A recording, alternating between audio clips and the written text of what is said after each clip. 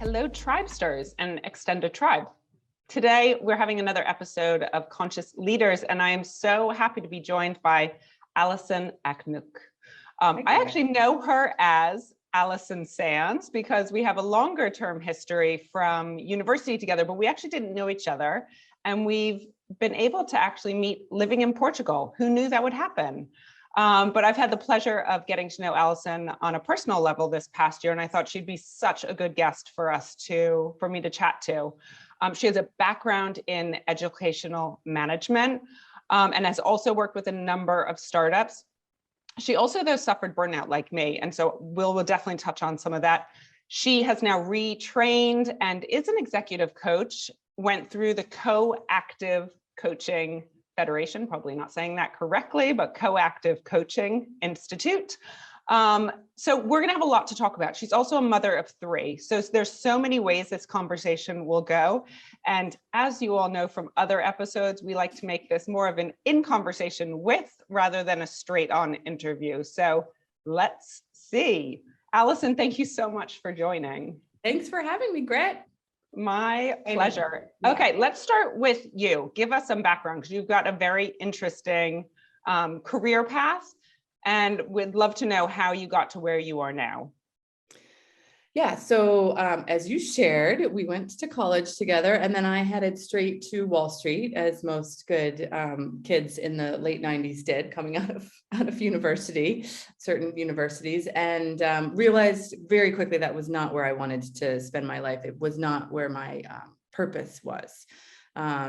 And so I spent the next bulk of my career, 15 or so years, in education management. I was in large urban school districts. I worked with a lot of charter school management organizations, helping them to scale and grow, and worked with a lot of the CEOs of those organizations, with which we can touch on kind of some of the coaching I did with them.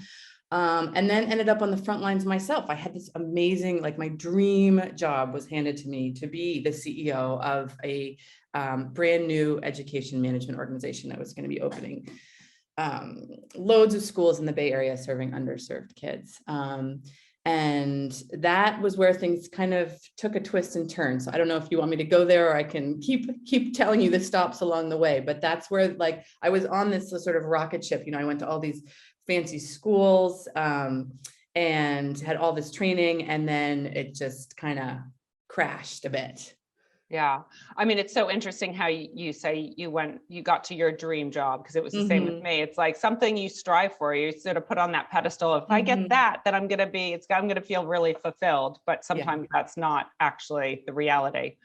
Let's get back into that in a bit, but just talk us through the rest of your career path and how you've ended up where you are now. Yeah. So after that, I kind of took a shift and started to do, as I would say, moved from the front lines, kind of in the battlefield, and kind of took a step back. And I spent a number of years doing my own consulting work. So I would work, again, still in the education management space, charter schools, for people in the US will be familiar with, helping leaders with their strategic plans and kind of coaching them through their management challenges.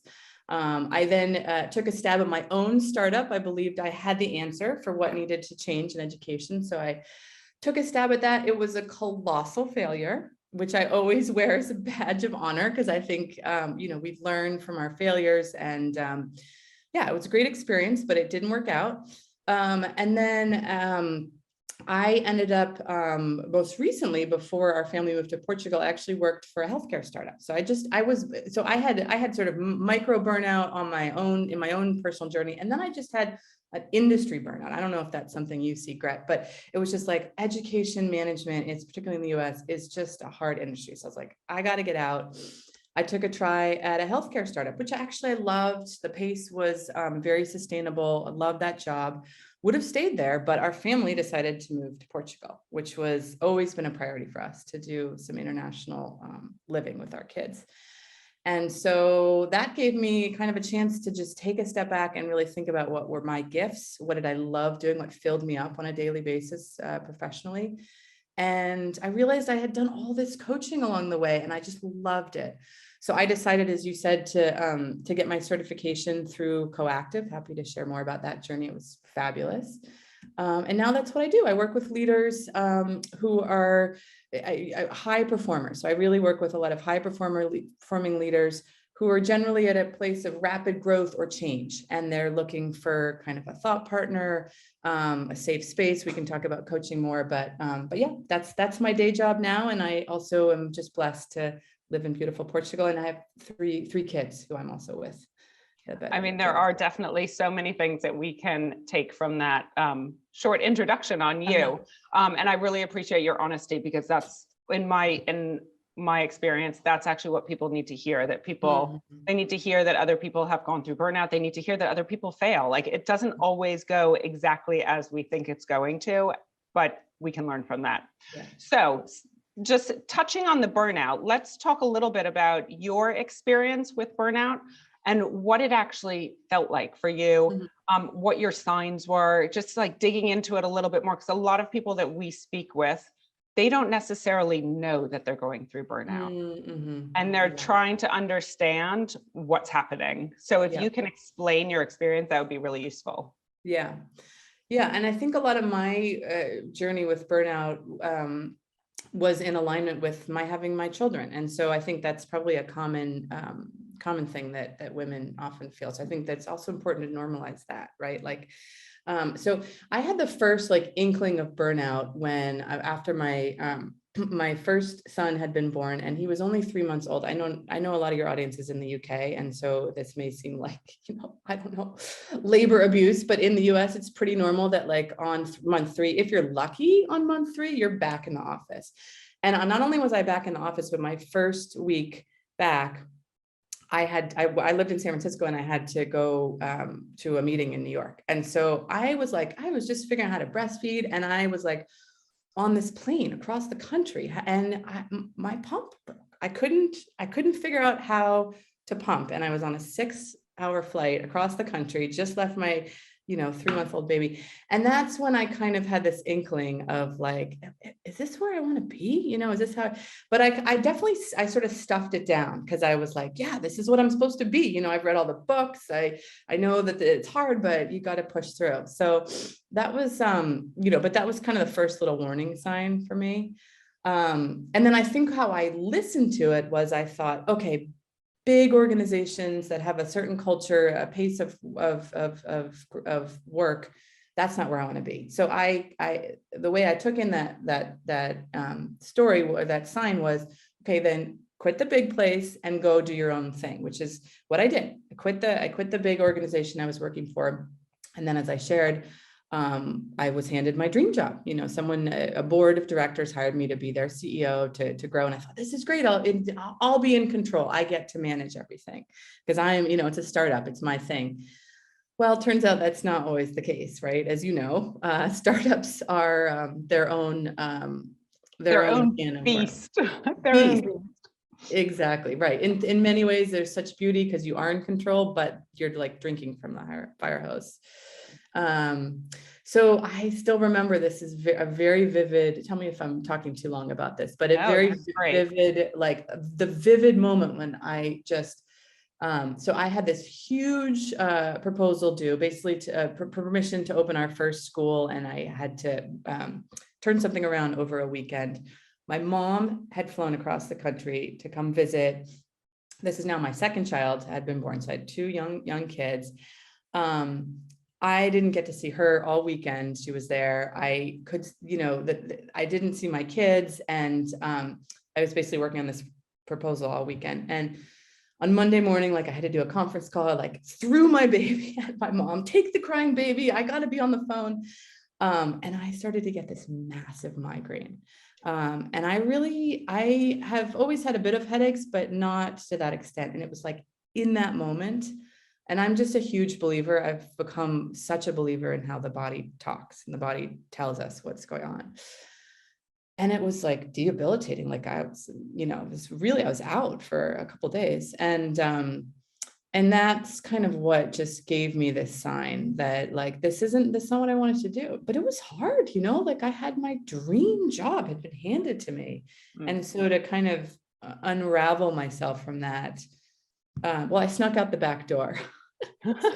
Maybe this is like a failure for how you should leave, leave during burnouts. But my husband's company was based in Boulder, Colorado, and we were living in the Bay Area at the time, and we sort of decided to move to Colorado. So I instead of owning my burnout, and this is something I wish I had done, instead of owning it and sort of modeling like this isn't going to work for me, I moved with my spouse to Colorado, which was how I kind of went out the back door. Yeah. So that's my burnout story.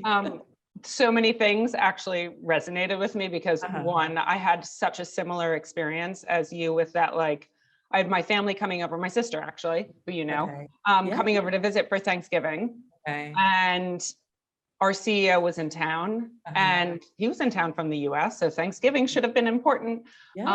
But literally every day from the Wednesday right before Thanksgiving, Thursday, Friday, he was making us update presentations for a meeting that we had to go to in Paris on the Monday.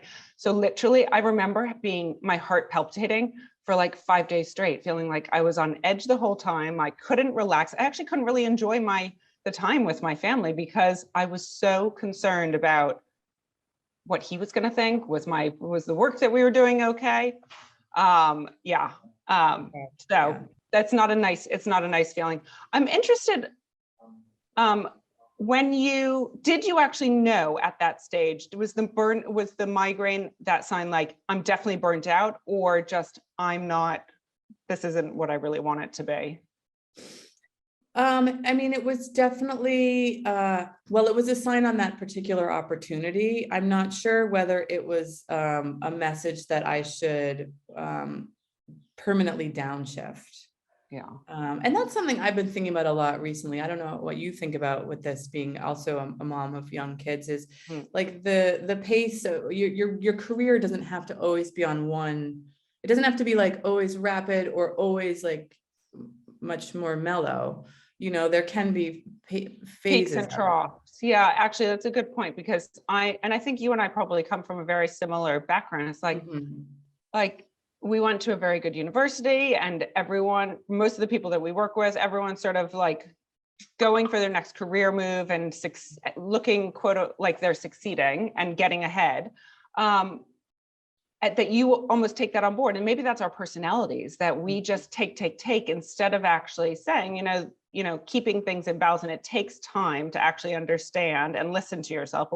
What's right for you, Allison, is not necessarily what's right for me. It's not necessarily what's right for the other person. We have to learn to listen to the signs. I actually didn't know I was in burnout until now that I've done the research about it.